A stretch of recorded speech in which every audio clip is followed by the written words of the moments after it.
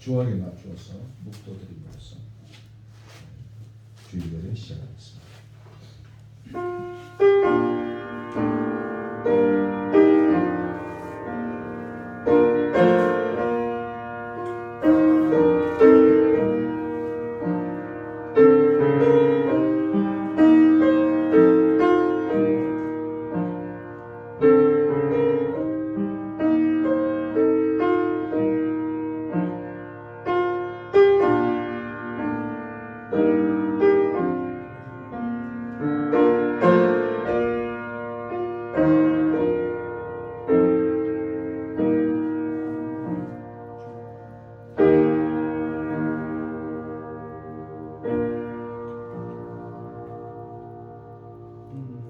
그러므로 형제들아, 내가 하나님의 모든 자비하심으로 너희를 권하노니 너희 몸을 하나님이 기뻐하시는 거룩한 산 제물로 드리라. 이는 너희가 드릴 영적 예배니라.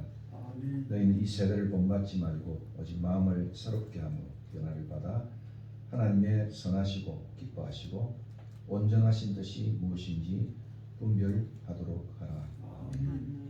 하나님의 자비하심으로 또 저희들을 또 이곳에 부르시고 또 하나님의 자녀로 삼으시고 또 경배와 예배를 드리게 해주시니 감사합니다.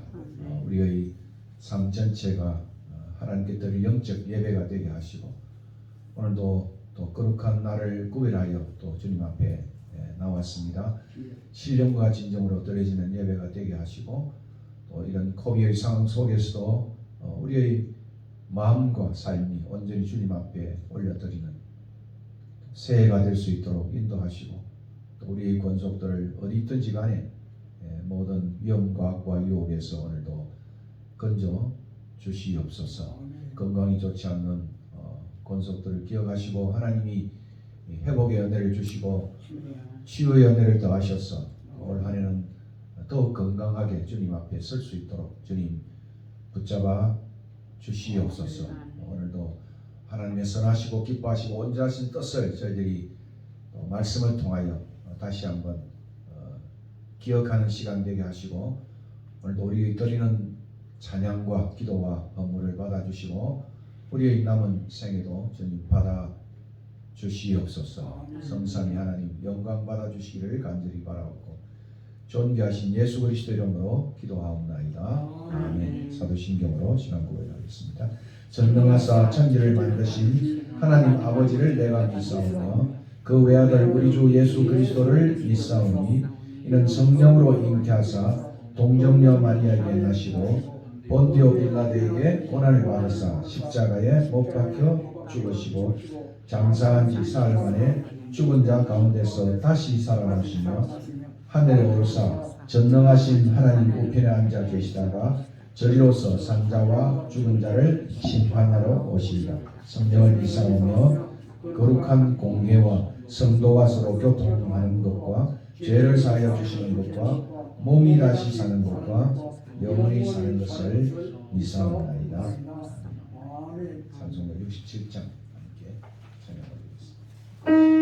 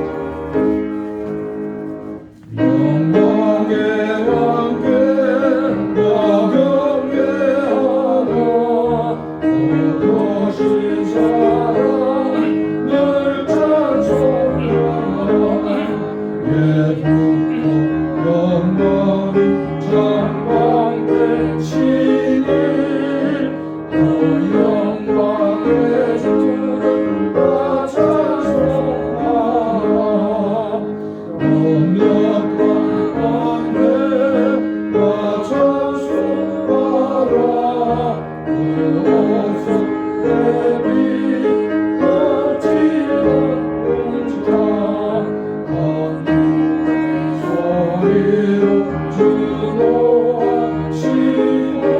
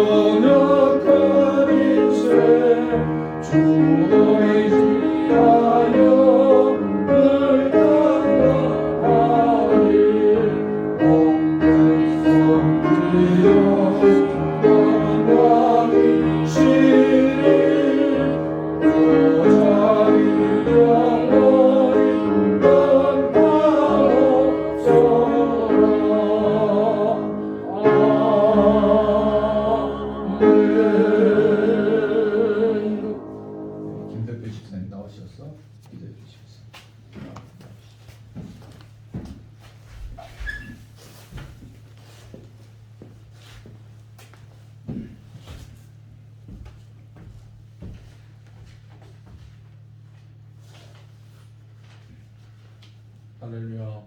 사랑하는 아버지, 거룩한 주일을 허락하시고 예배를 드릴 수 있음에 감사합니다. 우리 삶이 호흡할 수 있음에도, 생각할 수 있음에도, 일할 수 있음에도 모든 것이 하나님의 은혜임을 고백합니다. 오직 기도로, 말씀으로, 믿음으로 나갈 수 있도록 저희를 지켜주시옵소서. 또한 세상의 염려와 근심 걱정으로 하나님의 뜻을 거스린 저희를 긍휼히 불쌍히 여겨 주옵소서. 저희에게 회개의 영을 부어주시고 늘 깨어서 기도하게 하소서. 당신의 뜻을 알게 하시고 당신의 뜻대로 기도하게 하소서. 코로나19 등으로 힘들어하는 이 나라 이 민족을 긍휼히 불쌍히 여겨주시고 그리스도인이 사랑으로 빛을 발하는 세상이 되게 하소서. 하나님 아버지, 남과 북이 복음으로 하나 되게 평화적으로, 민주적으로, 자주적으로 통일되게 역사하옵소서. 대한민국을 축복하사 이정자들에게 지혜를 주셔서 하나님의 원능을 깨닫게 하시고 공평과 정의가 가득한 나라가 되게 하소서. 사랑의 하나님 아버지, 순례자 집을 세우사오니 지역에서 선한 영향을 발휘하게 하시고 다음 세대를 위한 훌륭한 일꾼들을 세우게 역사하소서. 그리고 또한 좋은 통역자들을 많이 불러주시옵소서. 사랑과 믿음과 치유와 그리고 아름다운 회복의 공동체가 되게 역사하소서.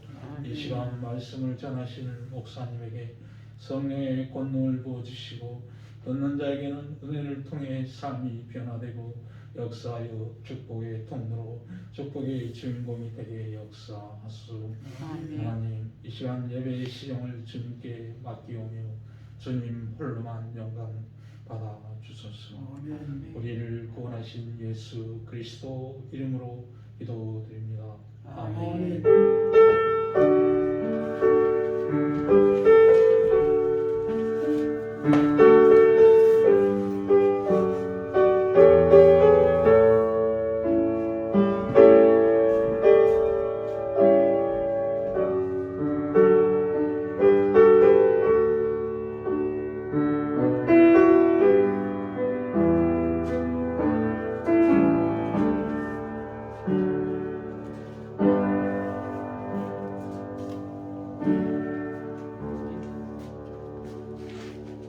272장 찬송.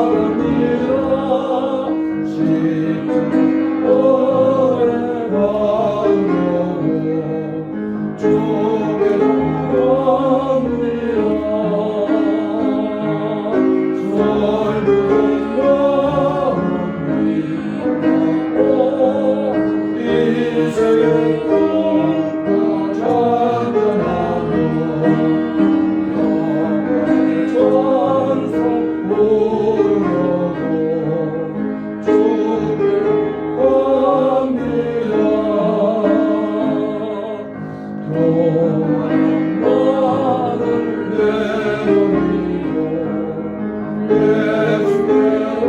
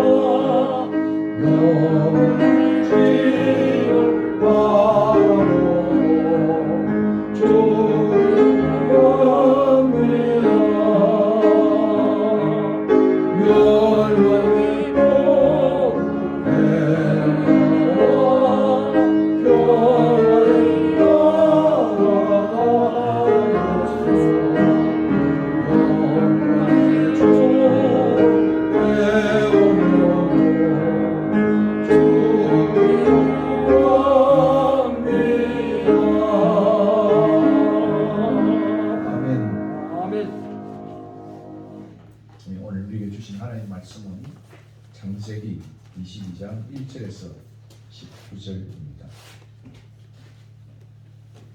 주어 뒷면에 성경을 찾아서 함께 교독하겠습니다.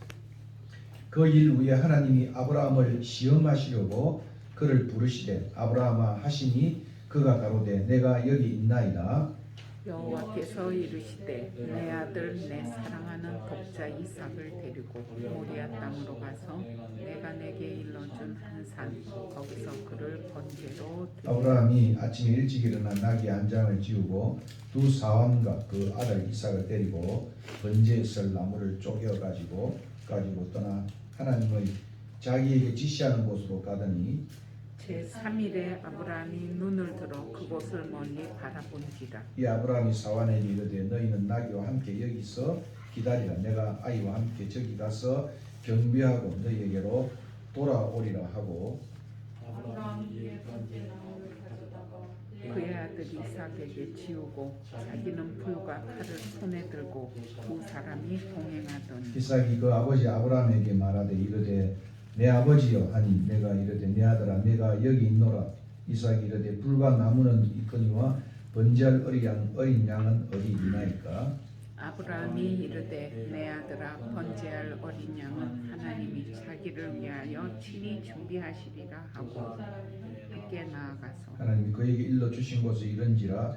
이에 아브라함이 그곳에 제단을 쌓고 나무를 벌려놓고 그의 아들 이삭을 결박하여 제단 나무 위에 놓고 손을 내밀어 칼을 잡고 그 아들을 잡으려 하니 여호와의 사자가 하늘에서부터 그를 불러 이르시되 아브라함아 아브라함아 하시는지라. 아브라함이 이르되 내가 여기 있나이다 하매 사자가 이르시되 그 아이에게 내 손을 대지 말라. 그에게 아무 일도 하지 말라. 내가 내 아들 내 독자까지도 내게 아끼지 아니하였으니 내가 이제야 내가 하나님을 경외하는 줄을 아브라함이 아노라. 눈을 들어 살펴본즉 한 숫양이 뒤에 있는데 뿔이 수풀에 걸려 있는지라. 아브라함이 가서 그 숫양을 가져다가 아들을 대신하여 번제로 드렸더라. 아브라함이 그 땅 이름을 여호와 이레라 하였으므로 오늘날까지 사람들이 이르기를 여호와의 산에서 준비되리라. 여호와의 사자가 하늘에서부터 두 번째 아브라함을 불러 이르시되 여호와께서 이르시기를 내가 나를 가리켜 맹세하노니 내가 이같이 행하여 내 아들 내 독자도 아끼지 아니하니 내가 너에게 큰 복을 주고 너의 씨가 크게 번성하여 하늘의 별과 같고 바닷가의 모래와 같게 하리니 너의 씨가 그 대적의 성문을 차지하리라. 또 내 씨로 말미암아 천하 만민이 복을 받으리니 이는 내가 나의 말을 준행하였음이라 하셨다. 함께 읽겠습니다. 이 아브라함이 그의 종들에게로 돌아가서 함께 떠나 부엘세바에 이르러 거기 거주하였더라. 오늘 아브라함의 이야기의 완결판을 저희 함께 보고 있습니다. 여러분이 잘 알다시피 산이 있어 산에 오른다. 어몽길은 산악인 어몽길은 그렇게 이야기를 했습니다. 그런 신들의 영역으로 신이 허락 없이는 결코 오를 수 없는 세상에서 가장 높은 봉우리들이라고 일컬은 히말라야 14좌를 완등했습니다. 아마 세계 12명 중에 한국인이 이 부분에 3명이나 등록을 하고 있습니다. 2007년 5월 30일입니다. 참 두 명의 함께 간 대원을 이런 어몽길은 인류 사상 최초로 히말라야 16좌를 완등하는 쾌거를 이룹니다. 이 16좌는 참 가장 난공불락인 로체사르라고 하는 그러한 죽음의 산을 그가 오른 것입니다. 평균 약 70도가 넘는 연칠도라는 산이 정말 험악한 거예요. 거의 써있다시피 한 산입니다. 그런 각도로 깎아지른 이 빙벽이 약 3km나 뻗어 있는 거대한 직벽으로 된 그러한 산이 로체사르의 산입니다. 아마 인간의 한계를 시험하기에 충분한 히말라야의 난공불락의 최난등 코스의 16자를 그는 완등을 하고 산악인으로서는 정말 요즘 말하면 레전드가 되었다, 전설이 되었다 이렇게 말합니다. 그리고 우리 앞에 위대한 산악인으로 그는 우뚝 서 있습니다. 죽음의 산으로 불린 이 로체사르라고 하는 이 산은 산악인들에게는 최고의 시험인 것입니다. 이 16자를 완동한 후에 어몽길은 히말라야에서 얻었던 것을 돌려줘야 되겠다라고 하는 신념하에 네팔 히말라야의 산간지대와 오지 마을 어린이와 청소년에게 더 많은 교육 활동을 부여하기 위해서 그는 휴먼 스쿨을 세웠습니다. 원래 그의 꿈은 16좌를 완등했기 때문에 16개의 학교를 세우겠다 이렇게 했지만은 그의 꿈은 더 나아가 2021년에 이제는 19개의 학교를 세우고 있는 중입니다. 특별히 16번째의 학교는 그의 16자를 완등한 것으로서 좀 더 크고 좀 더 의미 있는 그런 학교라고 불려지게 됩니다. 인생은 시험의 연속입니다. 믿음의 사람 역시도 오늘 아브라함 역시도 시험을 통해서 성숙해지며 시험을 통하여 축복의 사람이 됩니다. 오늘 이 시험의 종교를 보면 이 시험은 꼭 축복의 통로였습니다. 우리가 시험을 치면 그죠? 그것이 이제 우리 생에 중요한 어떤 결과를 얻지 않습니까? 그러므로 최고의 시험은 최고의 축복의 시험대다 이렇게 말할 수 있습니다. 이것은 오늘 읽었던 아브라함의 생애 속에서도 마찬가지였습니다. 지금 아브라함은 바로 그의 생애의 최고의 시험 앞에 서 있고 그는 이 최고의 시험을 통과함으로써 최고의 축복의 사람인 믿음의 조상으로 우뚝 서 있습니다. 오고 가는 세대의 신앙의 순례자들의 표본이며 믿음의 조상인 아브라함의 이 믿음의 클라이막스는 바로 오늘 이 본문 이 마지막 시험의 장면에 있다 해도 과언이 아닌 것입니다. 흔히 학자들은 아브라함의 생의 클라이막스는 정말 기다리던 그 이삭의 출생 우리가 21장 1절에서 7절까지 봤지 않습니까? 이것이 아브라함의 내러티브, 아브라함의 인생 스토리의 클라이막스다 이렇게 말하기도 합니다. 그러나 이 22장의 이 사건을 신앙 여정의 종결이다. 그의 이 페이스 저니 신앙 여정의 클라이막스를 말하라 하면 이것이 22장의 바로 이 사건이다. 이렇게 학자들은 말하고 있습니다.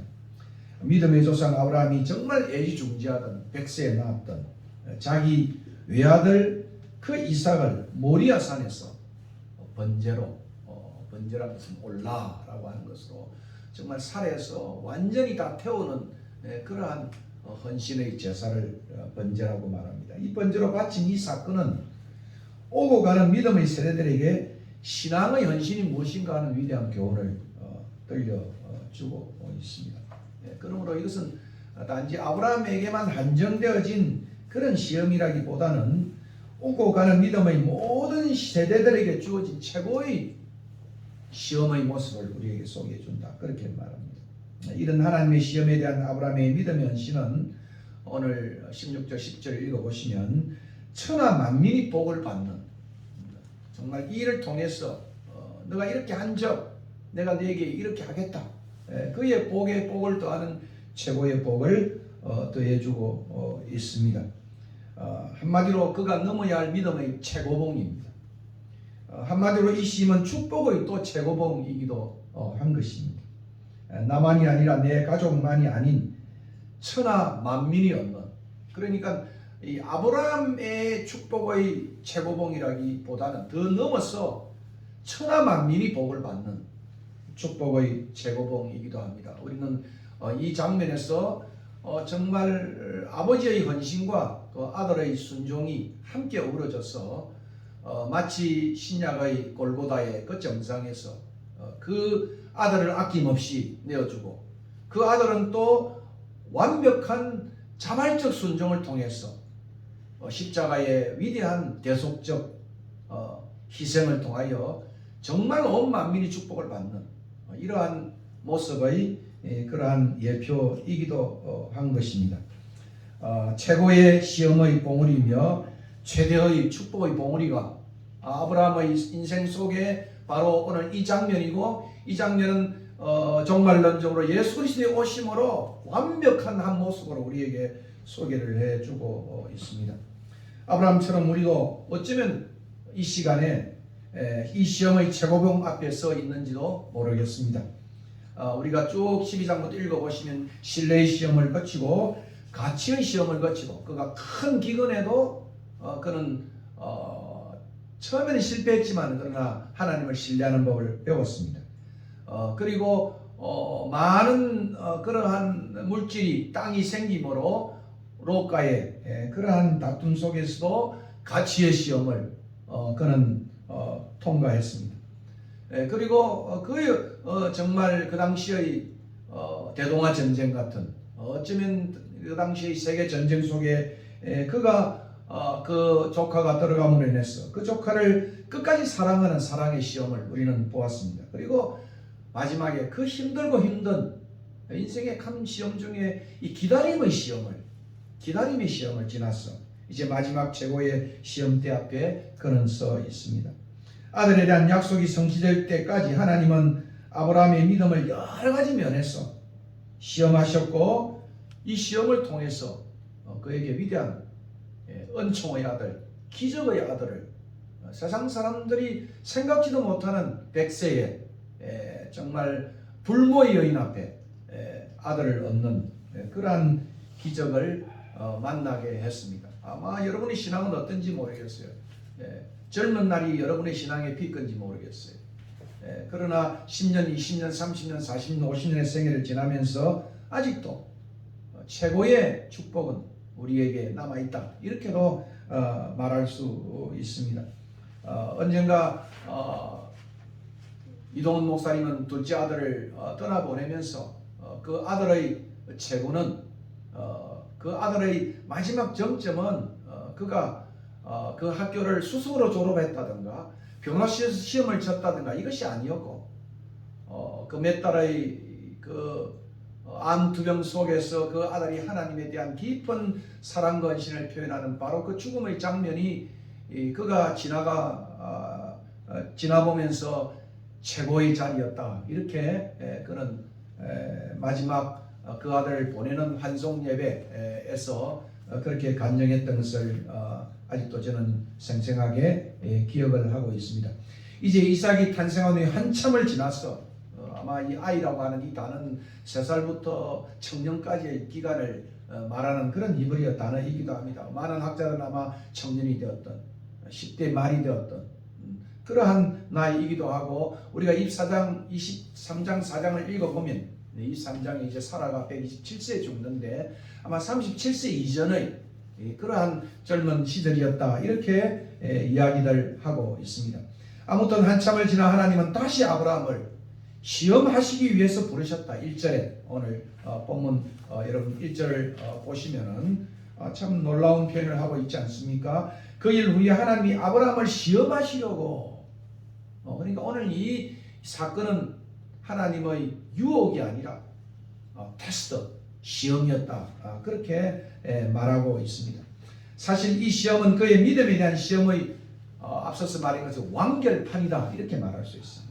이전의 시험들은 모의고사다. 이런 수능을 본 모의고사라고 한다면 오늘 여기 나온 이 시험은 최종 시험이었다. 이렇게 말할 수 있습니다. 스토리의 시작부터 창세기 저자는 이 사건이 아브라함에 대한 더 나아가서 아브라함을 위한 아니 더 멀리 나아가서 우리를 위한 하나님의 위대한 시험이었음을 독자들에게 알려주고 있습니다. 이 시험은 우리가 이 본문에서 보는 것처럼 하나님의 인정을 받기 위한 시험 곧 최종 인정 시험이었다. 파이널 인정 시험이었다. 그것은 12절에 여러분 보시면은 내가 이제야 너가 하나님을 경외하는 줄을 아노라. 바로 이 시험이 정말 하나님을 진정하게 경외하는 그러한 최종 인정 시험이었다. 이렇게 성경은 표현하고 있습니다. 야고보서 2장 21절과 24절에는 이 믿음은 아브라함의 이 시험은 온전한 믿음이 무엇인가를 보여주었다. 참 믿음이 무엇인가를 보여주었다.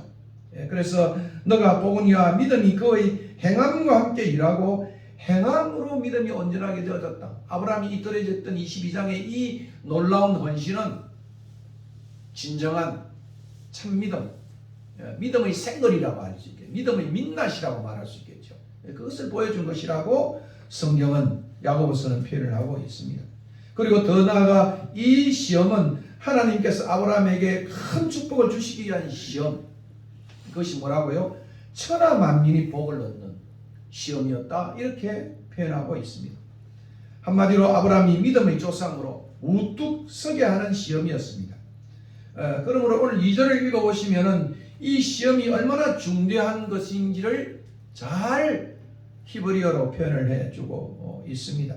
그래서 오늘 여러분 본문에 나타나 있지 않지만은 히브리어에서는 마지막에 나라고 하는 것으로 표현하고 있습니다. 저희 딸 이름이 에저린나라 그랬지 않습니까? 이 나라고 하는 것은 제발 이런 말이에요. 제발 간청을 표현할 때. 그러니까 하나님께서 제발 네가 정말 사랑하는 그 독자 이삭을 제발 데리고 가서 드려라. 그러니까 얼마나 중요한 일이면 하나님이 간청을 하면서 명령이 더 정말 녹아져서 간청의 의미로 드려져 있다. 이런 이야기이기도 한 것입니다. 그러므로 이 시험은 너무도 중요한 아브라함에게만의 축복의 의미가 아니라 더 나아가서 온 천하가 오늘 우리들에게까지도 이 시험이 무엇인지를 그 결과가 어떻게 되는 것을 알려주는 것이다. 그렇게 말할 수 있는 것입니다. 그러므로 오늘 이 시험은 결과를 이렇게 언급하고 있습니다. 15절과 18절 여러분 본문을 읽어보시면 여호와의 사자가 하늘에서부터 두 번째 아브라함을 불러 가라사대 여호와께서 이러시기를 내가 나를 가리켜 맹세하노니 정말 이 맹세는 그냥 돈으로 또는 무엇으로 하는 맹세가 아니에요. 그 맹세보다 더 큰 맹세죠. 하나님이 자신을 다 들어서 그죠? 우리는 뭐 맹세하고 보증할 때 보면 뭐 돈을 가지고 뭐 물질로 가지고 뭐 자식을 가지고 그렇게 할 수 있지 않겠어요? 그러나 하나님은 오늘 이 아브라함 이 행동을 통해서 자기 자신이 맹세란 말이에요. 자기 자신이 나를 가리켜 맹세하노니 너가 이같이 행하여. 그러니까 이 사건이 그 결과가 이렇게 나타나는 겁니다. 내 아들 너의 독자를 아끼지 아니하였은저 내가 너에게 큰 복을 주고 너의 씨로 크게 성하여 하늘의 별과 같고 바닷가의 모래와 같게 하리니 너의 씨가 그 대적의 문을 얻으리라. 또 너의 씨로 말미암아 천하 만민이 복을 얻으리니 그 이유는 뭐라고요? 너가 나의 말을 준행했다. 무조건적인 절대적인 순종과 헌신의 모습으로 하나님이 명한 이 일을 순종했다고 그렇게 표현하고 있는 것입니다. 그러므로 이 시험의 결과가 어디까지 미치는지 그냥 뭐 물이 흘러가지고 저 바다까지 흘러가는 그 정도가 아니라 오늘 여기 앉아있는 우리에게까지 이 놀라운 이 시험의 이 통과가 우리에게 미쳐지는 축복의 예시였다, 이렇게 말할 수 있는 것입니다. 최고의 시험의 내용은 무엇입니까? 그것은 과연 어떤 시험입니까? 오늘 2절은 그 시험이 어떤 시험임을 잘 보여주겠죠. 여호와께서 가라사대 너의 아들 너의 사랑하는 독자 이삭. 이 표현 한번 보십시오. 너의 아들, 네가 사랑하는 그 외아들 이삭. 이삭이라는 그 말 속에 그죠? 너의 기쁨이라는 거 아닙니까? 너의 웃음이라는 거 아닙니까? 네 생의 가장 즐거움의 완결적인 요소가 바로 그거라 말할 수 있지 않겠어요? 모르겠어요. 우리 전원호 작가님은 전진이가 전 작가의 미래의 이삭인지도 몰라요. 아마 꿈을 꾸고 지금 투자하고 그죠? 빵을 그죠 구하고 지금 하지 않습니까? 앞으로 그 아들을 위해서 뭐 어떤 때는 뭐 그렇게 틱틱 내뱉지만은 마음 속에는 미래일 거예요. 아마 미래일 거예요. 근데 그 바로 그것을 지금 표현하고 있는 겁니다. 여기 보면 너의 사랑하는 독자 그 이삭을 어떻게 해요? 제발 데리고, 그죠? 강곡한 간청이잖아요. 모리아 땅으로 제발 갔어. 내가 네게 지시하는 한 산 거기서 그를 번제로 제발 드려라 라고 하는 의미로 시험이 소개되고 있는 것입니다. 하나님께서 아브라함에게 주신 이 시험은 늙은 아브라함이 100세에 난 그토록 애지중지하던 자기 외아들 이삭을 데리고 하나님께서 지시하는 한 산으로, 그것도 그를 번제로 드리라는 요구였습니다. 참 엄청난 그러한 요구이지 않습니까? 이 시험이 얼마나 어렵고도 중요한 것임을 제가 말씀드린 것처럼 2절에 이 나라고 하는 표현을 가지고 하나님이 이 놀라운 하나님의 그 역사, 구원 역사 속에서 이 사건이 가지는 의미잖아요. 그것 때문에 정말 제발로 간절히 간청하고 있는 표현으로 나타나고 있는 것입니다. 이삭에 대한 표현도 마찬가지겠죠. 한마디로 시험의 내용은 사랑하는 독자 이삭을 드리는 그의 새로운, 어쩌면 마지막 길떠남의 모습이다 가라고 했습니다. 이것을 두 가지로 제가 구분하면 길떠남과 버림에 대한 내용입니다. 드림에 대한 내용입니다. 바침의 내용입니다. 그래서 오늘 저는 제목을 외아들을 주심, 그러니까 제 아내가 아니 지금 외아들 드림인데 뭘 주는 거냐 이렇게 이제 제게 해서, 그래서 제가 오늘 제목에다가 그냥 주심하라고 내어주심 하나님. 여러분 8장 32절에 그죠? 그 아들을 아낌없이 우리 모두를 위하여 내어주신 그 하나님이 우리 모두를 얼마나 사랑하느냐는 로마서 8장 30절, 제가 제일 좋아하는 구절이 오늘 이 구절에 아주 그냥 결정판으로 어우러지는 것이죠. 그의 새로운 길떠남이, 무엇보다 이 시험은 신앙의 순례자로서 우리의 길떠남은 결코 멈출 수 없는 것임을 보여주고 있는 것입니다. 축복이, 우리가 받은 그 축복이 지금 우리 받은 자녀들이 지금 번성하고 하는 그것으로 머무는 것이 아니고 머물 수 없는 축복이라는 거예요. 그것은 머물 수 없는 길떠남이고 머물 수 없는 헌신이고 머물 수 없는 드림이라는 것을 오늘 본문은 우리에게 말하고 있습니다. 결국 이 땅에서 우리의 길떠남은 멈출 수 없는 겁니다. 이 순례자의 집도 그런 거예요. 집의 의미가, 제가 이것을 고민하고 기도하면서 이것을 세운 것은 우리의 이 땅에서의 그것은 여기서 정착. 여러분 오늘 제가 건너뛰었습니다만 21장 22절부터 그 나와 있는 34절까지 내용 설교하려고 하다가 뭐 준비하면서 고민을 했던 거예요. 그게 이제 그가 그 브엘세바에서 그 맹세의 우물에서 다시 아비말렉 멜렉과 더불어 그 땅에 우물을 가지고 논쟁하면서 맹세하면서 우물을 파는 거예요. 그러니까 그 브엘세바에 정착하겠다는 거 아니겠습니까? 그죠? 우물을 파는 이유가 뭐겠습니까? 그 땅에 정착하겠다는 거예요. 브엘세바는 이제는 그의 그 그랄 땅 속에 브엘세바는 아브라함의 정착지이기도 한 것입니다. 그러나 아브라함의 생애는 그곳에 정착할 것이 아니라 그는 다시 떠나는 삶의 모습을 우리에게 보여주고 있는 것입니다. 우르와 화란, 우르에서 떠나서 하란을 거쳐서 떠나는 것으로 만족해서는 안 된다는 거예요. 제가 젊은 날에 주님을 향해서 떠나서 신학교에 왔지만 그것으로 이제는 은퇴하고 이곳에 남아있는 그것으로 내 인생이 끝이 아니라는 것을 어쩌면 이 본문은 나에게 의미하는지도 모르겠습니다. 아마 강장도 마찬가지잖아요. 다른 것 섬기고 또 이곳에 오셔서 앞으로 주님이 부르실 때까지 어떻게 우리가 새로운 떠남을 해야 될 것이냐, 새로운 떠남을 할 것이냐. 이제 23장으로 넘어가면 이제 드디어 그는 막벨라 굴을 샀어. 그것으로부터 영원한 본향을 향해서 떠나는 삶의 준비를 23장은 하고 있는 것을 봅니다. 결국 과거를 절단하는 것으로, 과거를부터 떠나는 것으로 만족해서도 안 되며 약속의 땅과 약속의 씨를 얻는 것으로 이제 브엘세바에 정착했으니까 이제 한숨을 놓은 거예요. 이제는 아브라함의 생애는 유목민에서 반유목민의 생애 갖고 있는 거예요. 유목적인 일을 하지만은 그러나 브엘세바의 그 우물에서 다시 아비멜렉과 헌물을 떨이며 맹세하면서 지금은 돈으로 사지 않았지만 이미 정착을 한 거예요. 그 땅에 정착을 했습니다. 그래서 씨를 얻는 것으로도 이삭을 얻는 것으로 만족하지 아니하고 더 큰 복을 얻기 위해서, 다음 세대의 복을 주기 위해서, 지금 우리가 얼마 지금 모이지 않고 사람들이 아픈 관계로 또 여러 사람들이 나오지 않지만은 이 순례자의 집을 세운 이유는 다음 세대를 위한 준비다. 다음 세대를 위해서. 제가 이제 마지막 하고 나머지 다음 세대를 어떻게 이제 주면서 갈 것이냐라고 하는 것을 고민하는 거예요. 모르겠습니다. 제 둘째가 이제 온다고 마음을 했는데 오는지 안 오는지 지켜봐야 되겠지. 아브라함은 또다시 그 땅에서도 모리아를 향해서 떠나요. 모리아를 향해서. 하나님이 지시하시는 한 산을 향해 길떠남을 하고 있는 것입니다. 네, 제가 박노의 시 중에 다시 새벽에 길을 떠난다. 제가 참 그 시를 좋아해요. 다시 새벽에 길을 떠난다. 다시 새벽에 길을 떠난다.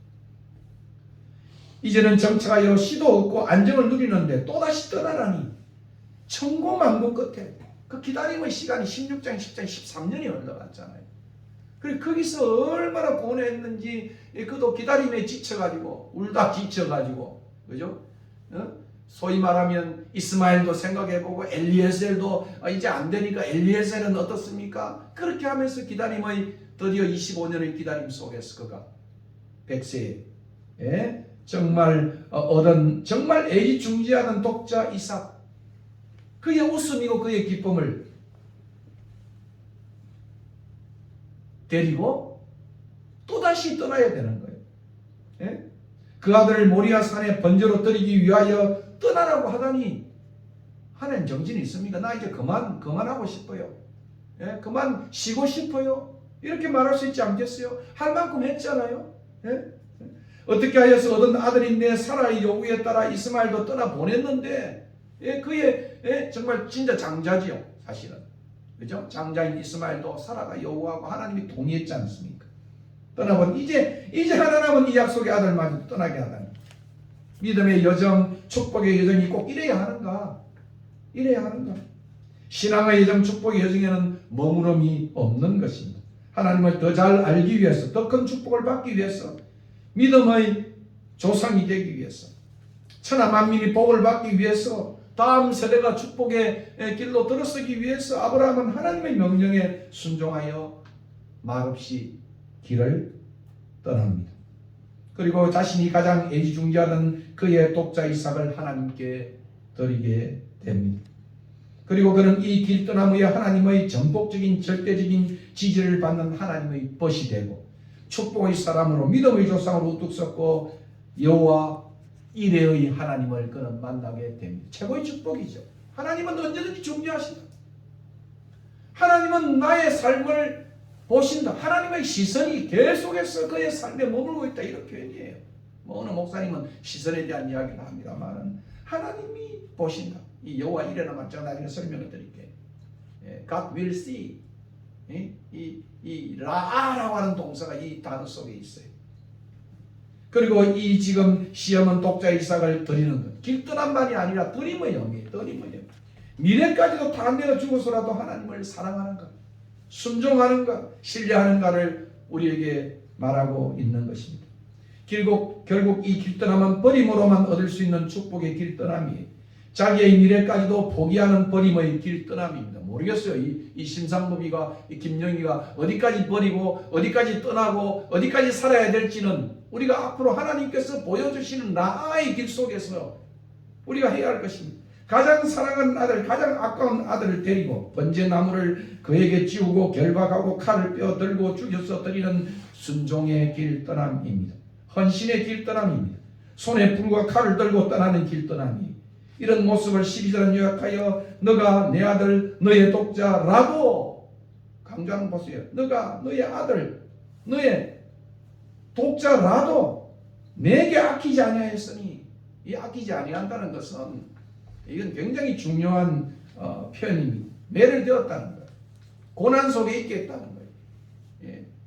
십자가 속에 이 정말 죽음 속으로 던져 넣었다, 그런 말입니다. 마치 그 아들을 사랑하는 자기의 독자 예수 그리스도를 내어버려 두었던, 이 파라디돔이란 단어에게 이 deliver up, 넘겨주었다, 죽음의 배반 속에, 십자가 속에 넘겨주었다는 그런 의미가 이 히브리어 속에서, 히브리어가 세뚜아전트 70인경의 헬라어로 번역되면서 이것이 헬라어로 나타나면서는 파라디돔이라는 단어로 표현이 되기도 하는 것입니다. 가장 귀한 아까울 만한 그의 독자를 아까워하지 아니하고 그를 하나님께 번제물로. 왜요? 우리가 16장 10절 읽어보면 만민이 복을 받기 위해서, 만민이 복을 받기 위해서 그렇게 했다고. 참 이해할 수 없는 하나님의 신비로운 구속의 은혜가, 구속의 그러한 사랑의 역사가 이 속에 비밀스럽게 숨어있는, 참 이 22장의 그 껍데기를 말입니다. 밤을 까듯이, 호두를 까듯이 까보면 그 속에 하나님의 신비가 나타나는데, 그것이 로마서 8장 32절에 갈보리에서 그 비밀이 터져 나오는 것이라고 저는 생각을 하게 됩니다. 왜요? 하나님을 신뢰하기 위해. 왜요? 결과적으로 더 큰 복을 받기 위해. 왜요? 만민이 복을 얻기 위해서. 오늘 여기에 초점이 있는 거예요. 하나님은 아브라함을 시험하셨고 놀라운 복을 주시고 위대한 믿음의 조상이 되게 했습니다. 이렇게 우리는 질문을 하겠죠. 과연 우리의 이삭이 무엇인가 말이에요. 우리가 미래의 축복을 받을 수 있는 우리가 드려야 할 이삭은 무엇인가? 가장 사랑하고 가장 아까워하는 것, 그것이 우리의 이삭이죠. 인생의 후반기를 살고 있는 우리의 나그네 인생길, 신앙의 순례길에서 그래도 이것만은 내가 꼭 붙들고 살아야 할 나의 미래. 나의 미래. 내 땅일 수도 있고 내 자녀일 수도 있어요. 내 기쁨일 수 있어요. 아마 우리 처제의 마음속에는 사랑하는 딸일 수도 있어요. 의사가 된 딸일 수도 있어요. 아들일 수도 있어요. 그것이 우리 기쁨 아닙니까? 미국에서 오랫동안 수십 년을 고생하며 살아왔던 나의 기쁨 아니에요. 우리 자녀들이. 그죠? 그것이 나의 미래예요. 미래의 기쁨이. 그것이 이삭입니다. 우리의 기쁨이란 말입니다. 우리의 기쁨. 지금 가지고 있는 우리의 이삭은 우리의 기쁨이잖아요. 우리의 미래잖아요. 건강일 수도 있고 집일 수도 있고 자식일 수도 있고, 이건 내려놓으면 우리의 미래가 다 사라지리라고 생각한 우리의 이삭은 무엇인 것입니까? 이것들을 하나님께 내려놓고 하나님께 맡길 때, 이것들을 비울 때 우리는 하나님의 더 큰 복으로 채우심을 경험하고 우리는 믿음의 조상으로 높이 들리게 됨을 경험하게 되는 것입니다. 그리고 우리의 신앙의 자녀들에게 하나님을 최고로 높이고 하나님 말을 우선적으로 사랑할 수 있는 신앙의 사람으로 양육하게 되는 것입니다. 아마 이것이 우리가 남아있는, 저도 이제 60, 한국 간 8세가 되어버립니다. 장로님 앞에 제가 이 나이를 얘기하면 무서운 이야기지만, 어떻게 그래? 70을 바라보면서 이제 남아있는 이것이 호의호 시간에 사는 거예요. 뭐예요? 다음 세대를 위해서 우리는 지금 이 기울어져가는 한국 지금 신학교를 바라보고 교회를 바라보면서 다음 세대를 바라보면서 우리의 이삭을 바치야 할 이삭이 뭐냐, 이런 고민을 제가 이번 주간에 해왔습니다. 그러므로 이런 바침은, 헌신은 천하만민이 복을 얻기 위한 믿음의 조상으로서 길떠남을 전제로 하며, 이것은 하나님께서 지시한 한산 모리아를 향한 길떠남이었습니다. 이것은 여호와 이레의 하나님을 바라보며 하나님을 산을 향한 길떠남이었다. 길떠남이었다. 예루살렘을 향한 길떠남. 이 모리아가 예루살렘이에요. 그 어원적으로 갔다. 그리고 이것은 바로 시온이에요. 또 다른 시온. 모리아에서 타작마당에서 결국은 그죠. 그 모리아가 결국은 여러분이 사무엘서를 읽어보면 예루살렘 성전의 터가 되는 거죠. 터가 되는 거죠. 미래의 예루살렘 시온 하나님의 도성 바로 그것입니다. 하나님이 경영하시고 지으실 터가 있는 성을 바라는 것입니다. 대속의 주님을 바라보는 십자가를 향한 길떠남을 의미한다. 최고의 헌신의 길떠남을 의미한다. 예? 지시할 땅을 향해 길을 떠난 아브라함은 이제 그 땅에서 말씀만을 의지하여 지시할 한 산을 향해 길을 떠나고 있는 것입니다. 이 앞에서 언급한 것처럼 신앙의 순례길에 멈춤과 머무름이 문제인 것입니다. 복을 얻기 위해서 믿음의 조상이 되기 위해서 천하 만민이 나로 말미암아 복을 얻기 위해서 떠남과 버림이 요구되는 것입니다. 여기에 멈춤은 축복의 멈춤이고 여기에 멈춤은 믿음의 조상이 되지 못한 멈춤이고 천하 만민이 복을 얻지 못하는 멈춤입니다. 그냥 멈출 것인가? 아니면 더 큰 복을 얻기에 나아갈 것인가? 아브라함의 이야기는 여기에서 우리의 믿음을 시험하고 있습니다. 22년 1월의 말입니다. 자신의 미래인 사랑스러운 아까운 그 아들을 붙들고 여기서 멈출 것인가 아니면 하나님의 산을 향해 바라보며 나아갈 것인가. 멈추지 아니하고 하나님께서 준비하시고 여호와께서 바라보시는 그 일을 향해 준비와 비전의 하나님이신 여호와 이레 그 하나님을 경험하기 위해서 그 하나님을 만나고 예배하기 위해서 나아갈 것인가.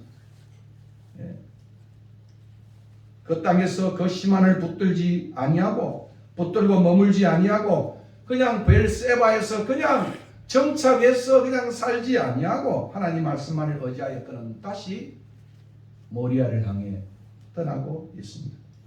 아브라함은 여호와의 이름을 부르며 여호와를 의지하며 말없이 토달지 않고 아침 일찍이 일어나 나갔습니다. 아마 그날 밤은 고뇌의 밤이었을 거예요. 우리가 여기 있는 이 기사를 읽어보면 그 밤에 이 하나님의 명령을 듣고 그 밤을 잠을 잘 잤겠습니까? 예. 그런데 아무 토가 없어요. 아무런 불평도 없어요. 깊은 고뇌 위에 아브라함은 아침 일찍이 길을 떠납니다. 자신이 사랑하는 아들 독자 아까울 만한 그 독자를 하나님께 드리기 위해서 손에 불과 칼을 들고서 자신의 미래인 그 아들을 결박하면서 미래까지도 결박을 했어요. 이런 자신의 밝은 남아있는 미래까지도 기꺼이 포기하는 신앙인 것입니다. 우상숭배의 본산이며 제약된 갈대아우르를 떠나고 아비 친척집을 떠난 아브라함은 이제 그 약속의 아들까지도 기꺼이 하나님께 드리고 신앙의 길로 다시 떠납니다. 이런 길떠남의 사건은 하나님에 대한 자신의 믿음을 입증하는 사건이었습니다. 마침내 하나님으로부터 자신의 믿음을 인정받는 시간이요. 12절입니다. 너가 너희 아들 너 독자라도 내게 아끼지 아니하였으니 내가 이제야 너가 하나님을 경외하는 줄을 아노라. 우리의 믿음의 진정한 억석이 그동안 내가 살아왔던 내 믿음의 생얼이 드러나는 순간이었다. 이렇게 말할 수 있습니다. 여기에 모인 우리 모두도 마찬가지입니다. 3절과 10절은 아브라함의 반응이 나타납니다. 신속한 응답과 지속적인 신뢰와 순종을 우리는 여기서 볼 수 있습니다. 우리는 여기서 아브라함의 말없는 순종의 모습을 봅니다. 그러나 아까도 말씀드린 것처럼 어느 학자는 아무도 밤새 고뇌했겠지만도 분노하고 절망하고 그리고 정말 거기서 마음이 정말 한 그런 시간을 가졌겠지만은 이 엄청난 요구의 아브라함은 대꾸도 질문도 지체도 저항도 반대도 하지 않았습니다. 우리는 아브라함의 이러한 행동을 통해 머무름 없는 떠남과 망설임 없는 순종과 지속적인 신뢰의 모습을 보게 됩니다. 말 없는 순종이며 하나님께 대한 신뢰로부터 흘러나오는 순종임을 보게 됩니다. 이런 모습은 오랫동안 여러 시험을 통해서 학습된 행동이었다. 그래서 아브라함은 아침 일찍이 일어나 나귀의 안장을 지우고 두 소환과 그 아들 이삭을 데리고 번지의 설나무를 쪼개어 가지고 하나님이 자기의 지시한 곳을 향해 떠납니다. 그리고 그 아들에게 나무를 지우며 떠나고 있습니다. 말없이 떠나간 사흘 길은 참 어려운 길이었어요. 아브라함에게도 그 사흘 길의 침묵의 길은 어느 학자는 그렇게 했어요. 아마 가슴이 미어지는, 이게 우리가 이 드라마를 우리가 본다고 한다면 그의 가슴 속에는 정말 많은 생각들을 가지며 그 아들을 떠나보내는 시간이었다, 이렇게 말할 수 있습니다. 이스라엘 백성들은 애국을 떠나 사흘 만에 그들은 불평했던 것처럼 이 사흘 길이 참 힘든 길인 것 같아요. 작심 사흘이잖아요. 사흘에. 예? 부엘세바에서 모리아까지는 70km에 해당되는 사흘 길을 그는 말없이 순종하며 나아갑니다. 그리고 그는 두 사내에게나 자기 아들 이삭이 하나님에 대한 경배와 깊은 신뢰의 모습을 보이고 있습니다. 그래서 어떤 분은 이 사흘 길은, 순종의 사흘 길은 공포와 의심과 방황과 혼란의 길을 말없이 나아간다. 그러나 그의 후손 이스라엘은 그 광야에서 얼마나 불평합니까? 얼마나 불평해요. 그러나 그 지금 아브라함 이 사흘 길을 이렇게 걷고 있습니다. 사원에게 보니까 너희는 나귀와 함께 여기서 기다리라. 내가 아이와 함께 저기 가서 경배하고 우리 모두가 내만 오는 것이 아니라 너희에게로 돌아오리라. 부활의 메시지다, 그렇게 이야기하기도 하죠. 아들에게는 아들아 번제할 어린 양은 하나님이 자기를 위해 친히 양은 어디 있습니까? 나무도 있고 다 있는데, 제단도 있는데 희생 제물은 어디 있습니까? 그럴 때 하나님이 자기를 위하여 친히 준비하시리라. 이런 믿음을 보고 있는 것입니다. 이러한 아브라함의 모습은 그가 그동안 여러 가지 시험들을 통해 하나님으로 배웠던 하나님에 대한 신뢰의 결과였습니다. 아브라함은 자신의 전생을 통해 가장 어려운 시험은 최고의 시험에 직면하였지만 그는 시험을 맞이할 준비가 되어 있습니다. 처음 믿음으로 하나님과 동행하는 삶에서 부르심을 받았습니다. 갈대아 우르를 떠날 때도 그는 자기의 여정에 어떤 것이 포함되어 있는지 전혀 알지 못했습니다. 만일 그가 알았다면 아예 출발하지도 않았을 것입니다. 그리고 깊은 신뢰의 관계는 서서히 성장하는 거예요. 모르겠어요. 우리의 신앙이, 내 안의 신앙이, 나의 신앙이, 오늘 우리 반주의 신앙, 여러분의 신앙이 세월이 깊어질수록 우리의 신앙이 깊어지고 신뢰가 깊어지는지 참 우리가 생각해 보아야 하는 것입니다. 한 단계 한 단계 거칠 때마다 그는 하나님이 어떤 분인지를 알았다, 이렇게 말할 수 있습니다. 갈대아 우르를 떠나면서 자기 친척, 친구, 안전, 사업, 물질적인 복지까지도 맡기고 신뢰하는 배웠겠죠. 예? 부르심을 받고 가는 땅도 알지 못했고 도착할 때 무슨 일이 기다린지도 알지 못했어요. 그리고 그는 아마 큰 기근이 앞에 있을 거다 그래서 벌 도망갔을 거예요. 거기 가서 큰 기근을 만났어요. 잔머리 굴리지 않냐고 도덕적으로 흔들림 없이 하나님을 신뢰함을 그는 처절하게 실패 속에서 배웠습니다. 롯과의 불화 속에서도 그는 형제가 무엇인지를 배웠어요. 주변 왕들이 전쟁에도 앞서 말한 것처럼 그는 자기 사람을 어떻게 끝까지 사랑한지를 배웠습니다. 할례의 언약을 통해 육체적 대가를 치르면서 상호관계 속에서 자신을 먼저 내어주신 하나님께 헌신하는 법을 할례의 언약, 여러분 15장에서도 그는 배웠습니다. 그리고 무엇보다 오랫동안 약속의 아들에 대한 기다림의 시험을 그는 거쳤습니다. 이 많은 시험들을 통해 아브라함은 환경에 흔들림이 없이 형제를 사랑하는 법과 하나님을 신뢰하는 법을 배웠다. 우리는 어떤지 모르겠어요. 나이가 들수록 참 조그만 일에 짜증내고 투정부리고 그런 사람으로 커왔는지 어떤 면들을 우리는 이 본문을 통해서 배워야 할 것입니다. 결국 다양한 시험들을 통과함으로 아브라함은 하나님의 부름과 아들의 질문에도 항상 믿음으로 대응할 준비가 잘 되어 있습니다. 여러분 이 본문을 읽어보면 내가 여기 있나이다가 세 번이나 나와요. 늘 ready to obey. 늘 그가 언제나 순종하는 여기 있나이 사무엘이 그죠. 사무엘아 부를 때 하나님 내가 여기 있나이다고 했던 것처럼 늘 준비되어진 순종. 오늘 이 1절, 7절, 11절에 세 번이나 그렇게 응답하고 있는 모습을 봅니다. 그리고 그는 하나님이 자신의 미래를 잘 준비할 것이라는 사실도 믿었습니다. 아브라함의 행동은 하나님에 대한 깊은 신뢰, 하나님을 바라보는 것, 정확하게는 하나님이 보여주신 것을 바라보는 것으로 흘러나온 행동이었다. 그래서 멀리서 하나님을 바라보고 미래를 바라보고 하나님이 지시한 것을 바라보고 행동했어요. 그리고 모리아라는 의미와 여호와 이레라는 의미에 이 라아라고 하는 본다라고 하는 단어가 이 어근 속에 어원 속에 들어있어요. 그러니까 항상 하나님이 보여주시는 것을 바라보면서 아브라함이 갔다. 롯은 다르잖아요. 지 눈으로 바라보는 것과 세상을 하게 감과는 다른 것입니다. 우리의 배움은 무엇일까? 우리의 바라봄은 무엇일까? 결국 신앙은 머물미 아니고 나아감이고 바라보는 것입니다. 세월이 지나면서 우리의 신뢰는 자라가고 있는가? 우리의 신앙은 과거의 신앙으로 그냥 끝나는 뭐 이런 것도 또 우리가 봐야 됩니다. 예? 어디 그뿐이겠습니다. 여호와 이레라고 하는 이 위대한 교훈을 하나님은 언제나 준비하시고 하나님은 언제나 우리를 주목하시고 하나님은 언제나 바라보신다는 이 위대한 교훈을 그는 이 장면에서 만납니다.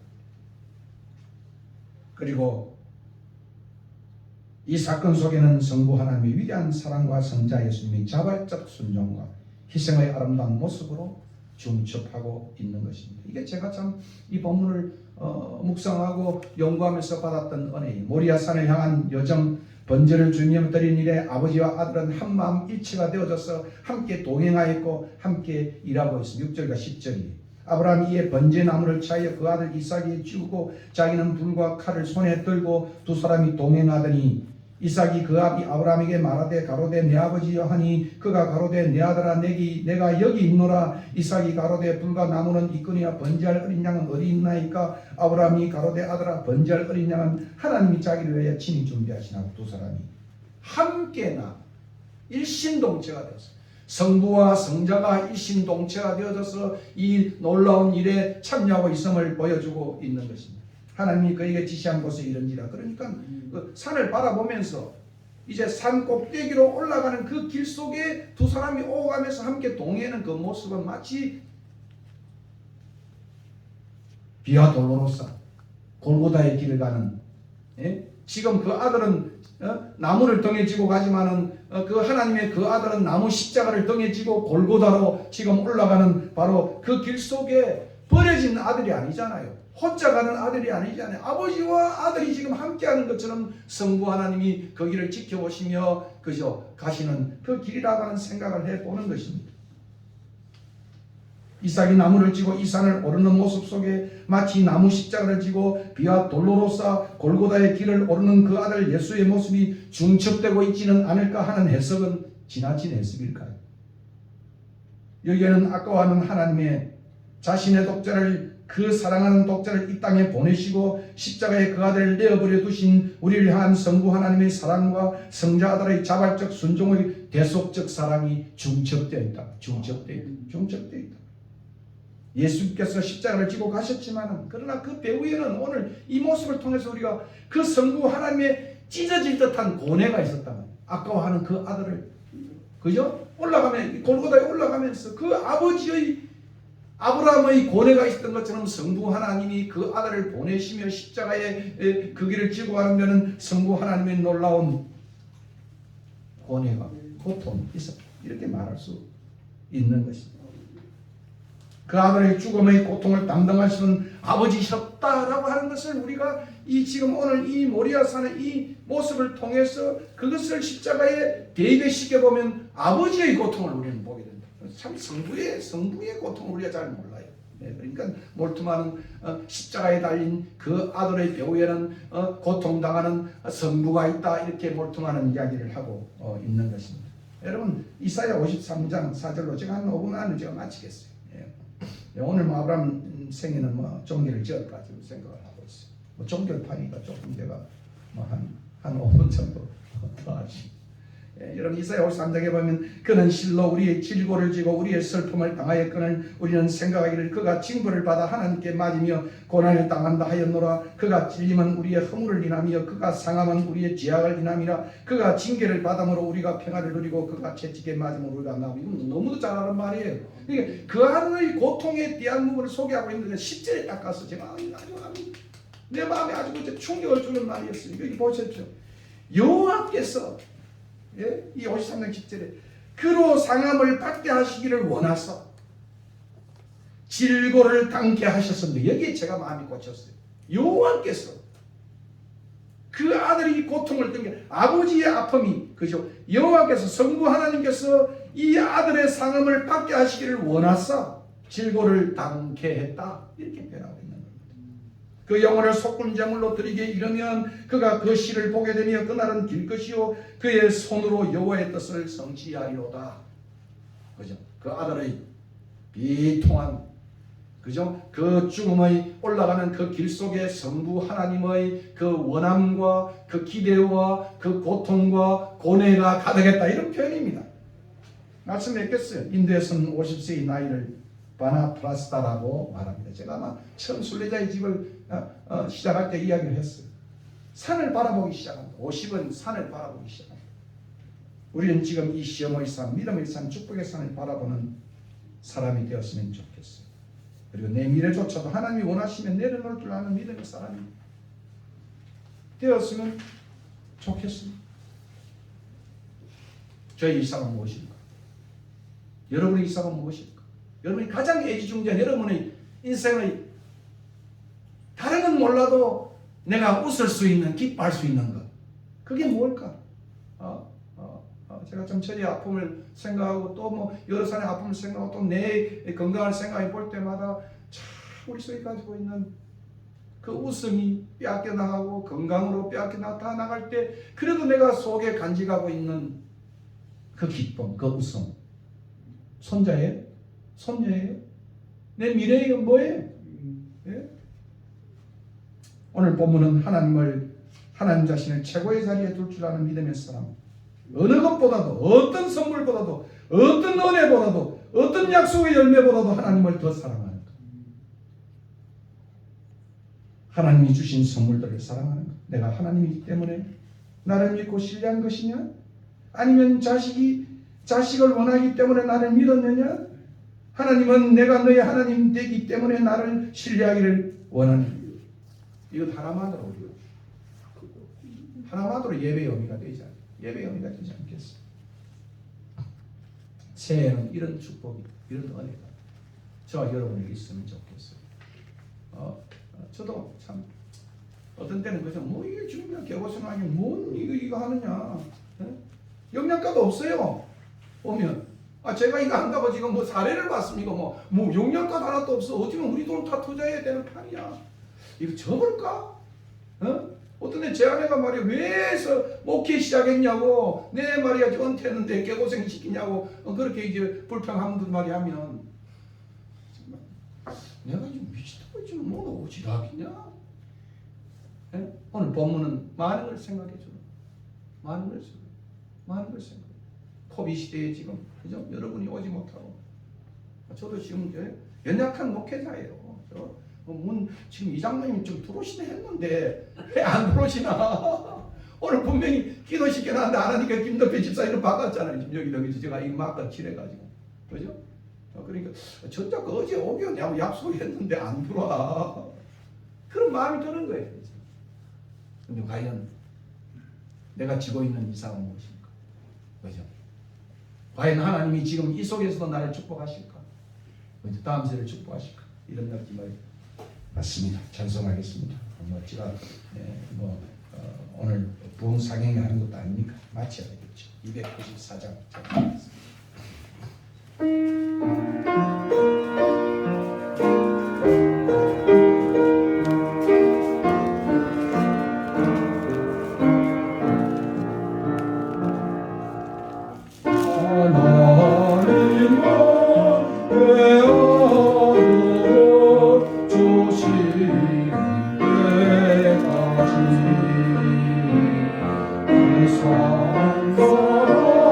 소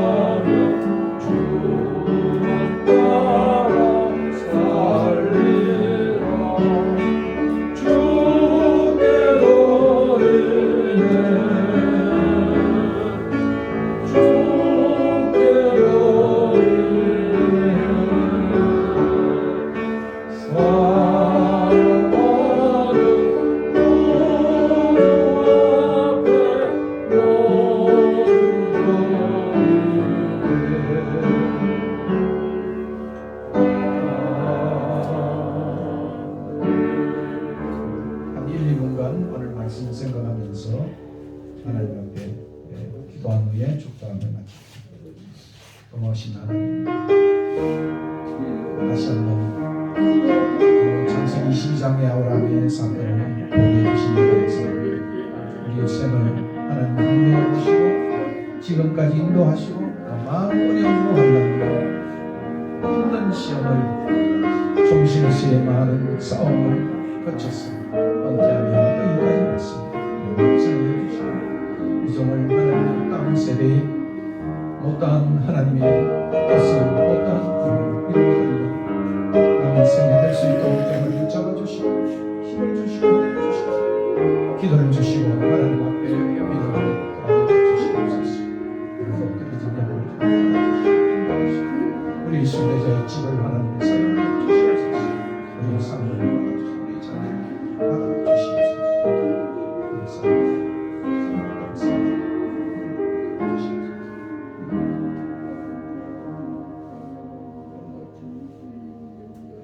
오늘도 하나님 말씀 다시 한번 돌아보고 또 주셨던 하나님의 은혜를 다시 한번 생각해 봅니다. 그 아들을 아낌없이 우리 모두를 내어주신 하나님의 성부의 사랑을, 그 깊은 성부 하나님의 고통을, 아들을 보내기까지 하신 그 아버지의 아픔을 다시 한번 본문을 통해 저희들이 깨우쳐 주시니 감사합니다. 이 놀라운 미래에 대한 헌신을 우리도 할 수 있는 믿음을 주시고 순종의 그릇들이 되게 하시고 이 순례자의 집을 하나님이 사용하여 주시옵소서. 우리의 드린 적은 물질을 하나님 앞에 올려드립니다. 받으시옵고 인쳐주시고 이곳이 하나님의 제단이 되게 하시고 이곳이 하나님의 모리아의 터가 되게 하시고 참으로 하나님 기뻐하는 제단 될 수 있도록 축복하여 주시옵소서. 우리의 권속들을 지켜주시옵소서. 모든 코비에서부터 또는 여러 가지 참으로 아버지 하나님이 건강의 위협으로부터 하나님이 지켜주시고 오늘도 흩어져 있는 모든 우리의 자녀들을 하나님이 지켜주시옵소서. 우리의 미래까지도 주님 앞에 올가매고 올려드리오니 받으시고 하나님이여 축복의 사람 되게 인도하여 주시옵소서.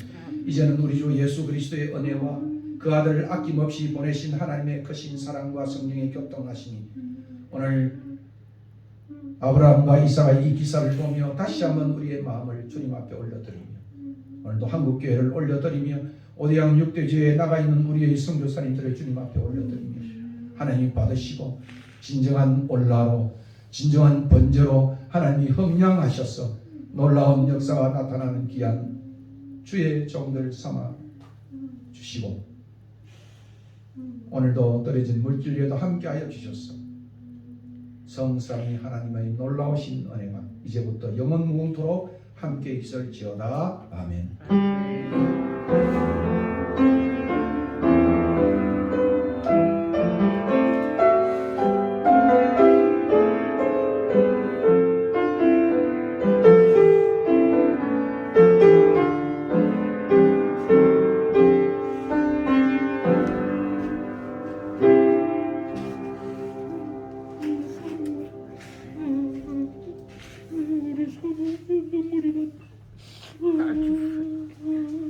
예,